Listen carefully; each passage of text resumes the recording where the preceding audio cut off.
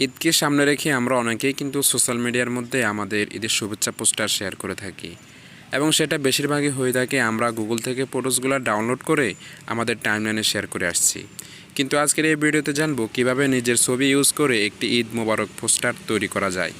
এছাড়াও ভিডিওটি কন্টিনিউ করলে আপনারা জানতে পারবেন যে কিভাবে অ্যাট্রাকটিভ ঈদের শুভেচ্ছা পোস্টার তৈরি করা যায়।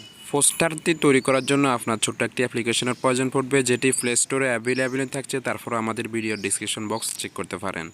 তো ভিডিওটি শুরু করার আগে একটি কথা বলে রাখি, আপনি যদি আমাদের চ্যানেলে নতুন দর্শক থাকেন তো অবশ্যই চ্যানেলটি সাবস্ক্রাইব করে সাথে থাকবেন, কারণ আপনাদের জন্য ভালো কন্টেন্ট তৈরি করাতেই আমরা প্রতিজ্ঞাবদ্ধ।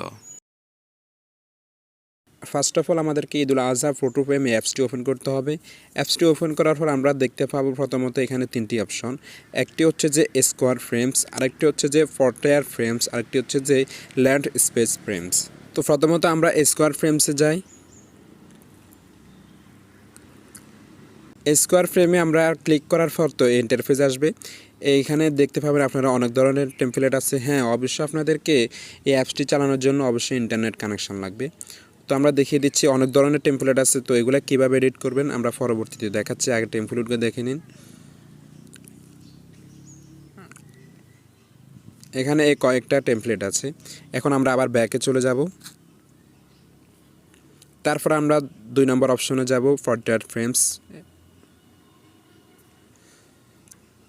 আমরা 2 নম্বর অপশন ফরটায়ার ফ্রেমসে আসার পর এখানে আপনারা দেখতে পাচ্ছি অনেক ধরনের টেমপ্লেট আছে, খুবই সুন্দর সুন্দর টেমপ্লেটস। এগুলোর মাধ্যমে আপনি আপনার ছবি দিয়ে এডিট করে নিতে পারেন।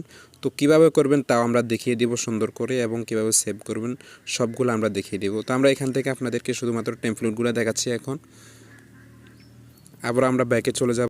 ব্যাকে আসার পর এখন আমাদেরকে 3 নম্বর অপশন ল্যান্ড স্পেস ফ্রেমে ক্লিক করব। ল্যান্ড স্পেস ফ্রেম 3 নম্বর অপশনে ক্লিক করার পর তখন আমাদের সামনে এই ইন্টারফেসটা চলে আসবে।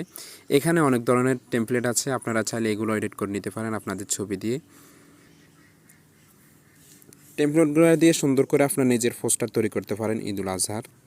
এখানে বাংলাও কিছু টেমপ্লেট আছে, চাইলে ওইগুলোর মধ্যে এডিট করতে পারেন। তো এখন আমরা এখান থেকে একটি টেমপ্লেট দিয়ে আমাদের ঈদুল আজহার পোস্টার ডিজাইন করব। তার জন্য আমরা এই টেমপ্লেটটির উপরে ক্লিক করব।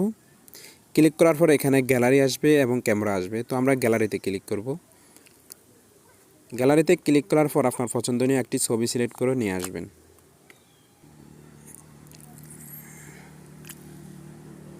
ক্লিক করতে হবে।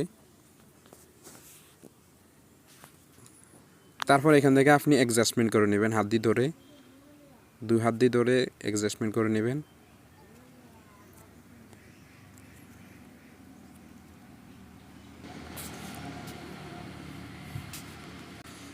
এখন আপনি চাইলে এখানে টেক্সটে ক্লিক করে আপনি আপনার নামটাও লিখতে পারেন।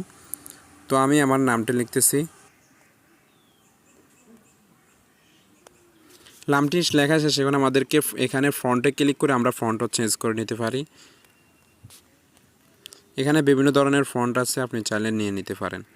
ওকে, আমাদের নামটি লেখা হয়ে গেছে। এখন আমাদেরকে এটা অ্যাডজাস্টমেন্ট করে নিতে হবে। ওকে, এভাবে করে আপনি এখান থেকে পোস্টারগুলো ডিজাইন করে নিতে পারেন ঈদুল আজহার।